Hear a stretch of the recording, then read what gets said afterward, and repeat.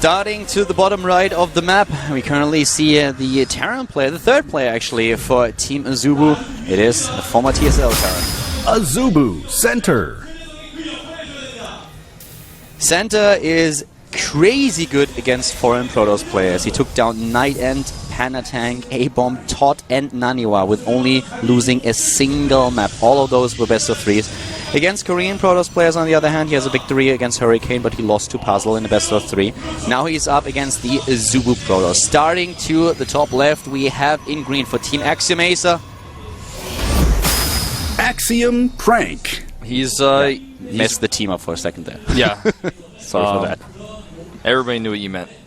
But he's going for 10-10, 10 gateway and 10 gas. So he's going to have a very fast Mothership core, rushing it out with the fast Cybernetics core as well. And he's going to be putting on some heavy pressure. Unfortunately for him, his opponent is cross spawns. So he's expecting a CC first here. He wants to punish it, but it's going to be a little bit tougher just because of the spawning location. But it's a good build, and I like his choice here a lot. You know, with the build that we see here for Senna, early aggression could actually just break his neck right away. Definitely true. There is a CC first for him right now. If you don't get that bunker up in time and suddenly there are two Stalkers just knocking at your doorstep, you're going to lose that game. So this is one of those scenarios where Crank, now scouting or going towards the bottom right, will have a very good idea of what's going on. And this could get very, very iffy for Senna. It could spiral out of control. He's got the Zealot coming out here. He will have enough gas for a Stalker and a Mothership core as soon as that Cybernetics core finishes. That's how this build is played out. And when the probe gets here, he's even going to start harassing a little bit. He may even check to see if it's double barracks. He's hoping it's not. There's the Stalker chrono boosting out. Going to chrono boost out the Mothership core next. There it is. And he really wants to put the pressure on lightning fast here. Okay, check, sees double barracks. He knows he needs to get in there and do the damage fast. It's key to stop the bunker from going up. That's the most important part for him. If he can do that, he can do some really, really big damage here in the early game. He just wants to annoy Senna a little bit with the probe here early on. Second Stalker already immediately being started. Here comes the bunker and the probe already on a mission. Probe on a mission, trying to take down the SCV, at least tickling it a little bit, but with all the probes that are already down on the ramp, Senna has what it takes to just defend for now. Yeah. And he's damaged, actually, interestingly enough, the SCV building the bunker. And he's going back again now into the main base here. And the bunker is delayed once again by the probe. Here comes the Zealot. Can he kill that SCV? It's going to be a one-shot if he targets. He does not target. Oh, what's he doing? A bug out there, but he still kills the SCV. If he can run past the bunker, this could be devastating, and that's exactly what he does. This is a big problem now for Center. That's a really huge problem. He immediately pulls the SCVs, and now Micro is what he needs, and he's taking down immediately one of those Marines. The SCVs are trying to complete the bunker, but even more units are already streaming in for the Protoss player. The Mothership core is still on the way, and here goes the Zealot, goes down. The bunker is done. And so far, he's actually done a decent job with the defense, but he lost 5 Harvesters in the process. Yeah, Protoss player even in Harvesters against you is never what you want, but he does have that second orbital, and this means that Crank needs to do a little bit more here. It's exactly what he does with his Mothership core, trying to come in here and pick off some more Marines. He starts his Nexus at home as well, but a third command center is already started here for Semble, and he will be able to push his Mothership core back. Great defense, despite the micro of Crank. That looked for a second really like Crank would be able to delay that bunker for a little bit longer, and as soon as the second Stalker arrives with the Mothership core, then things would have been looking really, really bad for Senna. But he gets that bunker up, and then he has the safety. The Mothership core in the main base can't do a whole lot against double barracks where Marines just stream out and immediately just aim on it. So right now, Crank finds himself in a quite annoying position. He saw the third base of his opponent already, but his second base is not up just yet. So the economy for Senna is just going out of control here. And Stargate is going to be the follow-up. He's damaged a lot of these Marines, so an Oracle would be a great choice. Imagine, though, for a second, Keldor, if he had been top right, how much damage this could have done. It could have been incredible. Oh, yeah. And, you know, he gets a little bit unlucky in that regard. But the Oracle follow-up here, how much damage will it really do? All depends on how good Center's defense is. He knows Center's going to have 2 barracks for a while. It's not going to have Stim because he went for the fast third CC. But it's still a great follow-up choice, and I like that. He may even go into Phoenixes, do something a little bit more unusual, but in Heart of the Swarm, Oracles are usually the tech of choice. And that's probably exactly what we're going to see right now. On the other hand, for Senna, we already have a good number of Marines out there. Stim has been started. The Oracle, as already predicted, is on the way. But Senna's position is quite strong. He has a huge surplus in income, thanks to the Mules of Coals as well. but Crank really has to change things up a little bit. He gets those gateways into the game. He has his own natural right now, but just the sheer amount of units that we have for center is a little bit overwhelming.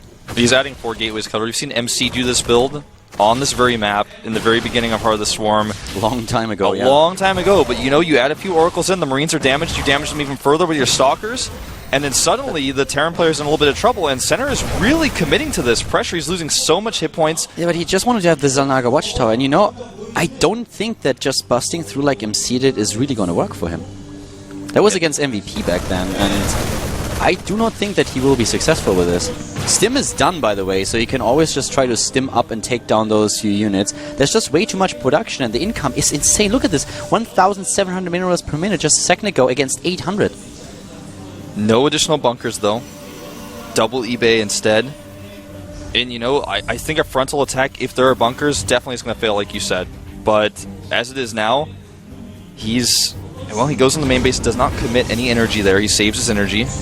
Forward warp in is good. Stim is not done just yet, but it's only a few seconds away. Yeah, so close. It definitely will be done around, at least during the attack. Yeah, the army supply is currently also in favor of the Terran player still with 48 against 28, and we have those Marauders. The Marauders alone are going to do so much damage to the Stalkers that we have there. 1-1 has been started, and Stim should be ready just in time. Oracle's down, but he distracts some of the Marines. He needs to go now. If he doesn't go now, this is never going to work. I don't think that he can make it work. I mean, he's going to try, and he has a decent army here. But, Time Warp is down. Time Warp is down, and here we go. The SCV is trying to get to the front to save the bunker. Bunker goes down. The Marines still doing damage. The Oracle is gone, and the Marauders are still doing damage to those sentries, taking them down one by one. Army supply currently looking pretty even. The Terran player moving out, losing a lot of his SCVs here, but still, Crank, can he make it work? He's trying. The Time Warps are still down. There's no bunkers yet. The SCV is doing a lot of tanking here, but like you said, he's losing a lot of them in the process. He just doesn't have that many actual Marines to do the damage. Here come the medevacs. They're going to help out a lot. He stims again. He's trying to break through. I'm not so sure it's going to work, though. The force field's really helping Crank out. Here comes the next wave of Zealots. The force field's definitely great, but we already have another wave of Marines also moving in, and the Marauders too. Here comes the GG! And Sana takes the game. I really loved how Crank played all 3 games, but this time he just didn't get the ball through. The army supply was actually a lot more even in the last fight or before the fight started than I thought. I unfortunately looked at the worker supply to the top right and not at the army supply, so my bad there. But the position still, with the stim done, with the production structures that he had and the income, was just great for Sana here. He could really stop his opponent. And the one thing that's definitely true, I mean, Crank's force fields were amazing there. Every single time, so many Marines and Marauders didn't participate in the fight because it was shut down. So that was really, really well done.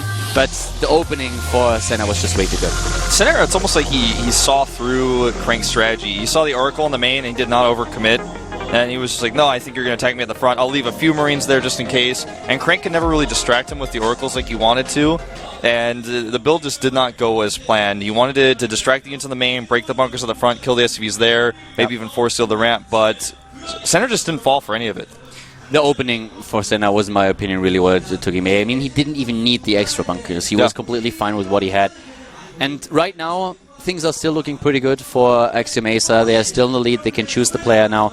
And the question, of course, is now, who's it going to be? I could actually see Ryung coming out. That's exactly what I was going to say. He wants to get the most wins. He wants to come out and get as many wins as possible. He's a great player in TVT as well. He used to be a sniper for Slayers back in the day, so I think it's going to be Ryung. That's my personal feel on this one. I don't really think you want to send Innovation out already. No. You save Innovation maybe for third or fourth, but not really as a second player. Ryung has said in the past that he really wants to get his win streaks up here at the GSTL. This would be a great opportunity for him to get a shot at that. Yeah. So Ryung maybe in the Terran versus Terran, another player that Axiom-Acer is going to rely upon. But of course they have other players as well. They could send out Alicia here. It's also an option that they have, but I feel Ryung is the more likely choice. Yeah, for me it's Ryung and then Alicia and then Innovation, kind of that type of order.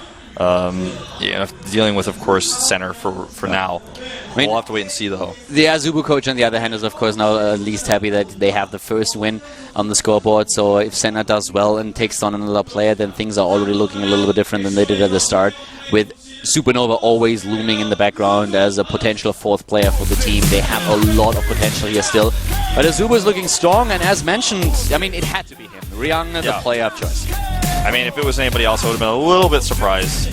Yeah, definitely. I mean, Ryung has said in the past he wants to get the crown again, that he didn't get a shot just yet because they wanted to play Innovation and all the other players. But this makes a lot of sense, also from the matchup. Yeah, Ryung is just such a good Terran player. He's always been around since the beginning, and doesn't like he's going anywhere anytime soon. He's one of the most consistent Terrans we've seen in a while. Just never really fluctuating in his skill level, always being a top-tier player. It's also not one of the best matchups for Senna. Senna doesn't have a lot of success in Terran versus Terran, so Ryung might be the one that his team needs right now. We're going into a short 5-minute break, and as soon as we are back, we have the Terran versus Terran here at the GSTL between AZUBU and Axiom-Acer. See you guys in a few.